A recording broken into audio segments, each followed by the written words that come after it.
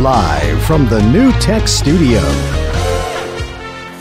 this is Wake Up Warriors with Amanda Graves and Jordan Sapp. We'll find out more about your track athletes and why you lost an hour of sleep on Sunday. Wake Up Warriors starts now.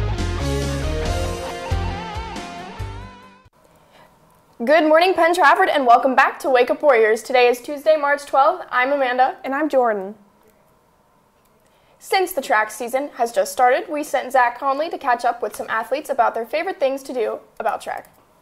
Since the track season is just starting, I caught up with some athletes to ask them a few track-related questions. My favorite post-track snack would have to be rice cakes and peanut butter because it gets me my protein with also being a good snack.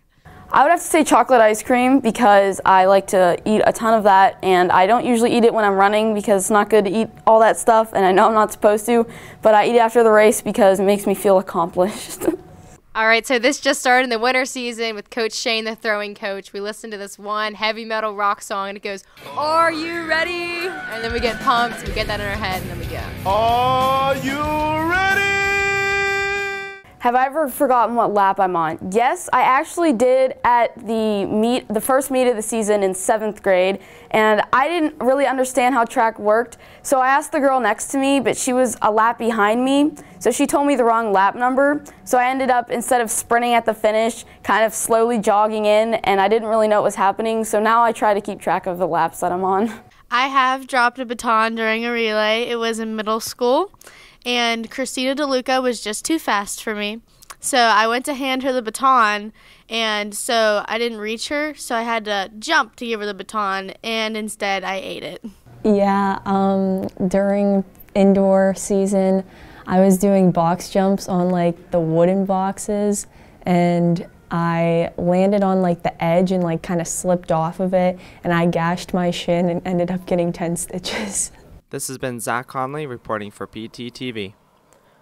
With a recent change due to daylight savings, many students are probably wondering why such a thing exists. We sent Nick Konopka to find out more about the history of daylight savings time and if it is really necessary in 2019. This past Sunday, students most likely woke up in a tired state of confusion, only to realize that the clocks moved forward an hour the previous night. This seasonal practice may be perplexing to some, so I sat down with Mr. Gates to learn a little more about daylight savings time. Well, first of all, let's get one thing straight. It's daylight saving time and not daylight savings time because we are trying to save time, so it's saving time. The second thing to understand about daylight savings time is that it is not a creation by Ben Franklin or the farmers. As a matter of fact, the farmers didn't want anything to do with it. They were against it. In fact, after it got put into effect, it was actually repealed by the farmers, lobbying against it because they never agreed that changing the times had anything to do with when they would work. Even with the technological advancements of today, farmers are still being shorthanded by daylight saving time. Some even say that the time shift causes their cows to produce less milk, leading to fewer profits. What daylight savings time eventually became was, first, in the United States, was a wartime effort to try to conserve fuel during wartime. And it was lobbied for by the recreation industries so that they could make more money too, and so eventually became passed. Although it was beneficial during World War II, daylight saving time is seen by many as being obsolete in 2019. Currently in the PA General Assembly, a bill is in talks to be introduced that will end the time change in the state, citing a loss of productivity as a reason for repeal. Considering this, some still hold that the good outweighs the bad. From an economic standpoint, it certainly makes up for what it does. From a recreational standpoint, I think it does the same thing. I think most people like to have that extra hour of daylight in the evening when they get home, and it helps the economy by people going out and spending money. So yeah, I think it's beneficial. What do you think about daylight saving time? Voice your opinion on the poll posted to our Twitter account. This has been Nick Konopka reporting for PTTV. Attention juniors and seniors, please check your email for the prom remind code. Sign up so that you can receive up-to-date information regarding prom. Tickets are $65 per person and on sale from April 8th until April 26th. There will not be a physical ticket this year and they can only be purchased through Family ID. No one on the restricted list is able to purchase a ticket. Hey, do you have a special talent like singing, acting, dancing, magic, comedy, or even playing an instrument?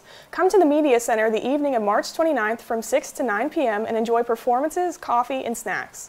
If you would like to perform, sign up on the Google form sent to your email titled Coffee House. Don't forget to bring your family and friends.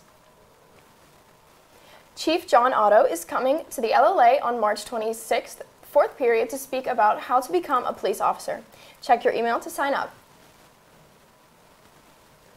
Congratulations to Nick Ferlino, Leah Kazmarkowitz, Cameron Powell, Owen Orlick, and Braden Schreier for their excellent performance this past weekend at the Pennsylvania Music Educators District 1 Junior High Chorus Festival held at Central Catholic High School in Pittsburgh. Students from 5 counties participated in the festival. Great job, everyone. Now here's Rio with your weather report. Today it will be 45 degrees and partly cloudy with a low of 25. When we get out of school, it will be around 45 degrees with partly cloudy skies. Sending it back to the desk. Thank you for watching Wake Up Warriors. Please stand for the pledge of the flag. I'm Amanda. And I'm Jordan. Have a great day, Penn Trafford.